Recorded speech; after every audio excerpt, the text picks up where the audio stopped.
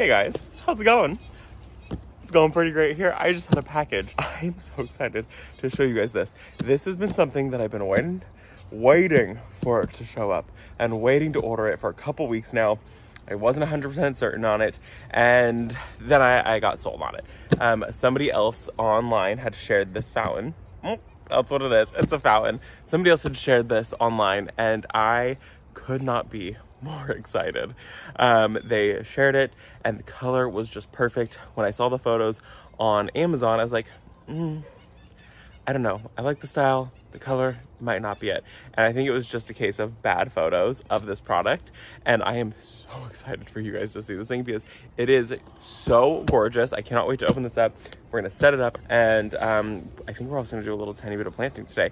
And I cannot wait for you guys to see where it's going to go. We have water in 3 spots on the property: our front porch, our side property, and our little back seating area. And this one is going to go in the back of the property so we can hear water pretty much everywhere that we are on this property. And I'm so ready for this. When I'm standing here, I can just ever so lightly hear a little tiny bit of the water sounds, and it's really nice. And so I'm thinking this one is going to have probably the biggest splash sound that we will have on the property, and it's going to also be, I think, the biggest. So this is great. Let me show you. There it is. This is going to be so good. So let's go ahead and we're going to go to the back where it's going to go, and we will open this big boy up. Oh, it's going to be so good. Did you guess where it's going to go? It's going to go right back here. We just did this massive drift of all these heucheras right here, and it's going to go right here. Fill this space in. Isn't that going to be so perfect? I want it tucked back in the corner, and I want it just kind of like softly be there. I don't want it to be the big statement piece. I want it just to be kind of a subtle piece that we added into the garden, and the color of it is going to just pop on the fence right there. So it's gonna kind of stand out, kind of like the birch trees stand out, but I don't expect it to be like the main focal point. I want all of this just to kind of jive together. So it's been a couple days. It's been about 5 days timeline wise since I got all of these planted, and now we're gonna get this fountain all set up. It's gonna be so good. So if you've been here for a minute, I have gone fountain shopping pretty much every single year the last couple years, and we always go to this one place, and they always have the most glorious fountains. And we were just thinking, like, we were thinking about buying one for this property, and then we thought about it even more, and we were like, well, we don't know who's going to live here because we're not staying here forever, and we don't want to pay the shipping to get it up here, and so we don't want to install a $3,000 fountain up here and have it be somebody who's like, yeah, I don't want any fountains up here at all. So I decided to just go with a much more affordable fountain. So at the time of filming this, I got this on sale. It was just over $200. I can't remember how much it was. It was just over. So I was like, you know what? That is such an affordable fountain for the size that it is. It's, I think, 54 inches tall or something like that. So it's a really good size. And I don't have to go buy a couple $1,000 fountain or a $1,500 fountain and then pay the shipping to get it up here. Some people were saying that the delivery cost was extremely expensive. That is not my rooster, by the way. So let's unbox this. Let's unbox this and put it right here.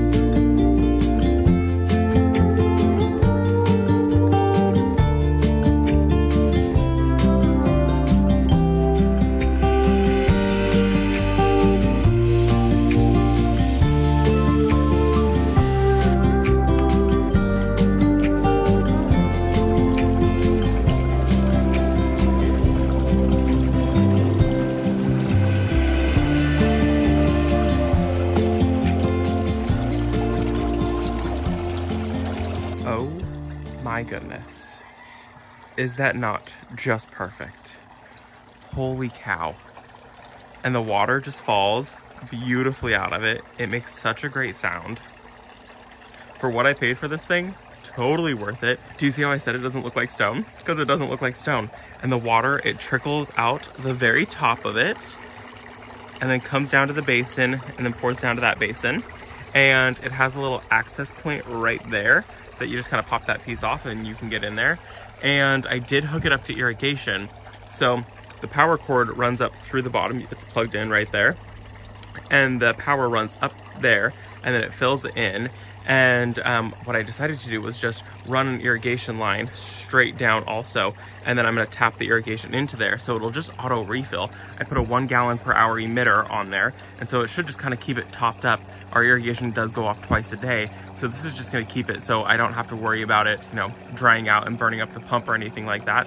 And I didn't have to go through and make sure that this one was sealed because the pipe that was in here where the irrigation came through and the power came through sticks up really tall. It sticks up like into this basin, so the water can't even get up into it and spill out. So the only way that this one is going to empty is because of the splash of the water, which I know it is splashing. I can see some of that's from me, but I can see some extra splash happening on the fence. So I know it's going to slowly empty, so we'll keep an eye on it. And now that we have it here, I do need to come through and I need to make sure that it actually does get level. So once Brent runs real power to it, and I'm not gonna hook it up to irrigation yet. Did you see a big splash? Once he runs the power back here, then I will come through and I'll probably just like pour like a little concrete pad or something like that, just a small one, and make sure that that can just sit on there. And so that way it doesn't topple over. It's a little unlevel. It's lower on this side and higher on that side, but for the next week or two, it's gonna be totally fine. I just can't get over how pretty that looks right there. It was meant to be.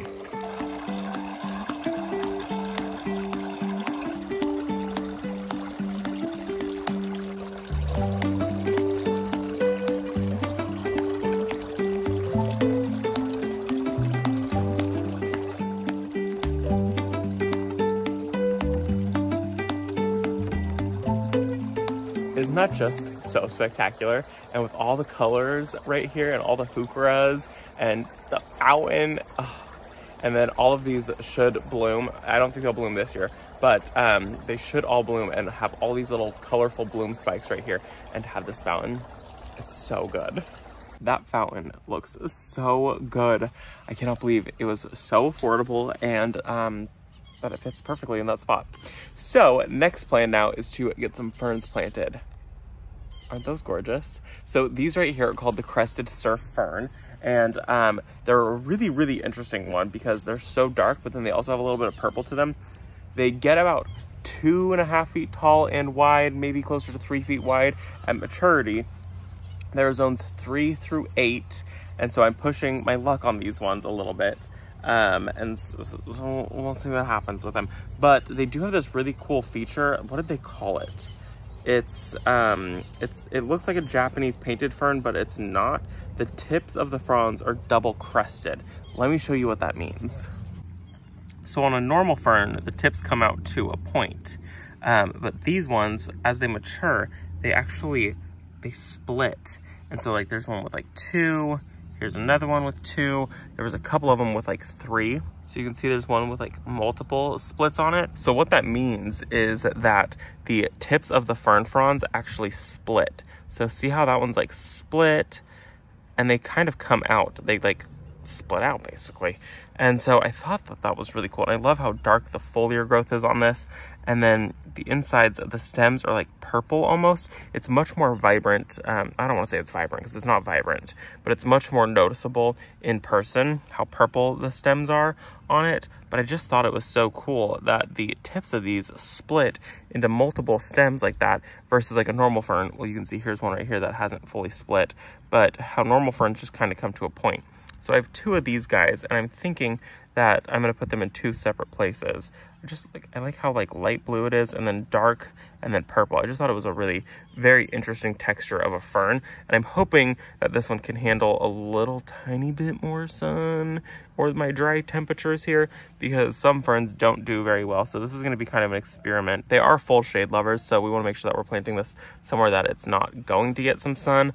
But I would like it to be able to handle like some dappled sun. Some ferns in my area just can't handle the dappled sun. So me being in a zone 9 is just going to kind of be a test to see what happens. But like I said, I do have 2 of these guys, and I think that they're going to go in 2 separate areas, so I can just kind of try 2 different areas in the garden.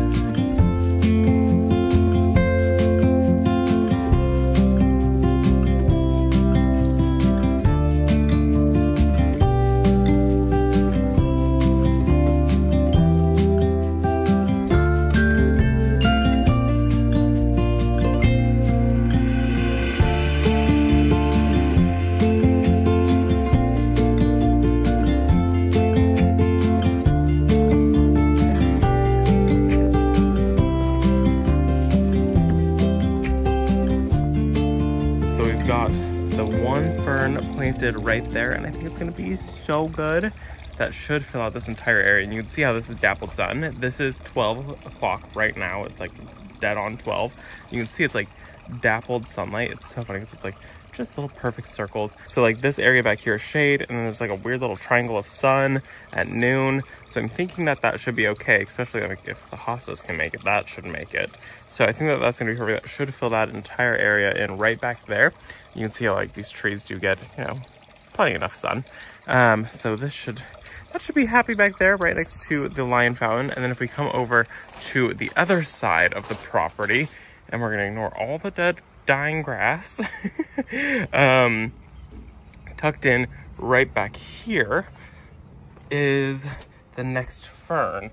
So it's tucked in back there, and the goal is to get it to kind of just fill this entire area. And let me stand on the other side, which is where I had the camera set up. So you can see it's right behind the bird bath that's right there, and it's just kind of tucked in, and it should fill that entire space out beautifully. It is funny because it's so dark, it just kind of disappears. You can't even see it. It's right there, I swear. But it should fill that entire space, and it should be really beautiful there. I think it'll show up more in real life than it will on camera. And then eventually this fall, I want to move the hydrangea to take back this area right here. So I think that that is gonna be it for this video. We got the fountain in, and we got a couple ferns planted. Very easy day. It's over 100, it's like 107. So we are going to take it super easy today. Yeah, I hope that you guys enjoyed it. I will put the link to that fountain in the description down below. Killer fountain. It is so gorgeous. I keep finding myself walking back there throughout the day today and just kind of enjoying it. It's just, I don't know, it's so nice. I'm standing here, which is by the house, and I can hear it, which is crazy. And so it's really nice when I get to the very back of the property and I can actually hear water back there. That's something that was definitely needed back there, and to only spend 200 bucks, I thought that was a killer deal. So it's been a few days since we installed the fountain, and we've been living with it. We have been loving this fountain. I mean, it seriously is perfect right there. But I want to come on and give you guys a quick PSA. So we ordered a timer because this thing is running 24/7 right now, and so it should be here today. And we are dealing with like a significant amount of water loss on this thing, and it's because of the splash and the evaporation. It's not leaking at all. It's just the splash, because the water is going a pretty good distance. So what we're doing is we're going to put a timer on it. We're gonna make it so it shuts off at about 8 p.m. and then turns back on about 8 a.m. So it'll be off for 12 hours and it'll be on for 12 hours. And then we've also made it so that the irrigation, we put a 2 gallon per hour emitter in there. So that way it auto refills. And we're thinking that if we have the irrigation and the timer, that it should just stay full pretty much all the time. So that's the idea behind it. So I did want to give you guys that PSA that it does lose a decent amount of water. So if you have irrigation nearby, run a tube up the very bottom of it where your electrical comes in, and have it so that there's a 2 gallon per hour emitter in there, and it should stay auto refilled. Our irrigation does go off twice a day though, but it only goes off for about 15 minutes. So it goes off for 30 minutes in total for the day. So it only gets 1 gallon of water added every single day to it. So we were losing more than that just because we could tell by how empty it was getting. So I just want to let you guys know that it does lose a significant amount of water, but I still think that this one is absolutely worth it if you can hook it up to irrigation, or if you're going to stay on a schedule about keeping it refilled, and if you get a timer for it. I would absolutely recommend getting a timer so it shuts off. I will link the outdoor timer that we've just purchased. It should be here today. I will link the phone in the description down below. So that is going to be it for this video. I hope that you guys enjoyed it. Thank you for visiting our garden, and I will see you all in the next one. Bye, guys.